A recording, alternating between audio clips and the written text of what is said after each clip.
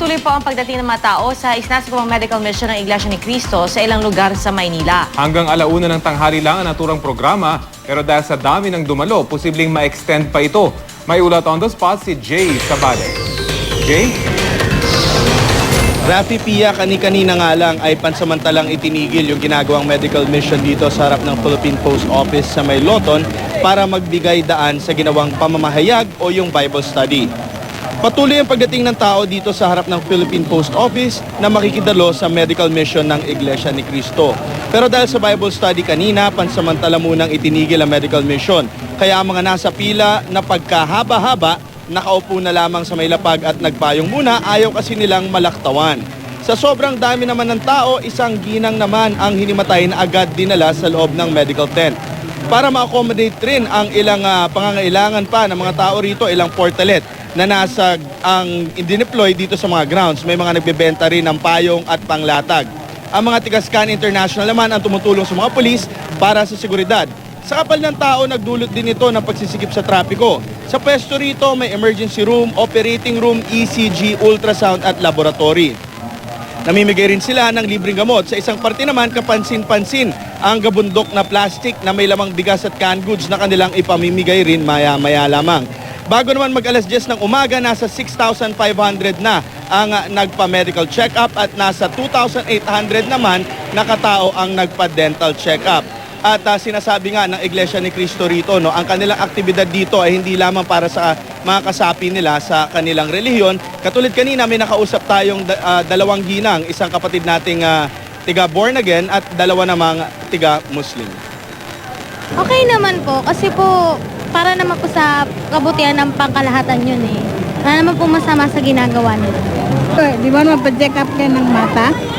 Manghihingi ka ng tulong. Sa mga oras na ito ay nagsimula ng muli ang ginagawang medical mission at dental mission dahil katatapos lamang ng Bible study na ginawa kanina. At sabi nga ng mga organizers dito, nakatakdang matapos ang kanilang aktibidad dito ng alauna ng hapon. Ngunit dahil nga sa dami ng taong nagpupunta ngayon rito ay mukhang may extend pa ang kanilang ginagawang medical mission. Rafi Pia? Jay, may nabanggit na ba kung hanggang anong oras po pwedeng i-extend yung activity nila ngayon dyan? Sa ngayon, wala pang nabanggit na oras ang mga organizers sa akin. Basta ang sinagot lang nila, malamang ay may extend nga raw din ito dahil nga sa dami ng tao. Pero hanggang ngayon ba, Jay, may mga dumarating pa na pumipila or halos inuubos na lang yung mga nakapila dyan ngayon? Sa ngayon, patuloy pa rin ang pagdating ng mga tao at kanina nga kahit nagba-Bible study na, yung mga ibang nasa pila, nagpupumilit pa rin pumasok kaya medyo nahirapan yung mga tiga-Scan International dito. At Jay, kumusta yung sitwasyon ng kalsada dyan? Nag-extend ba hanggang kalsada yung pila ng mga tao? At yung mga sasakyan na sinakyan ng mga organizers, kumusta yung parking dyan sa area? Sa ngayon, terrible yung parking dito sa lugar, no, dahil napakadaming ang tao at yung iba sa mga island na nga lang nilagay yung mga kanilang mga sasakyan. Doon naman sa may pila, papasok ng tent, doon sa may harap ng gate ng Philippine Post Office, para naman hindi gaano makaharang sa daloy ng trapiko, ang ginawa na lamang ng mga tiga-Scan International nga ay pinaikot-ikot na lamang yung pila. Pero gayon pa man, sa kapal pa rin at dami ng tao nga, medyo nagsispill over ito sa kalsada. Pero minamabuti pa rin ang mga organizers na sana ay wag makabalandra o maging balakid sa daloy ng trapiko ang dami ng tao.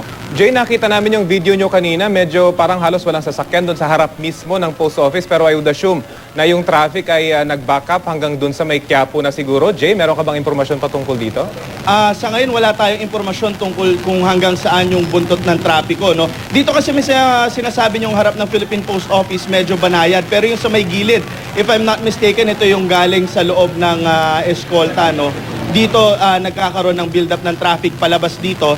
Pero pagdating naman sa may harap ng Philippine Post Office, bahagyang aandar ito. Pero paglagpas ng kaunti, doon sa may ilalim ng overpass nga sa tinitignan ko ngayon ay traffic na rin.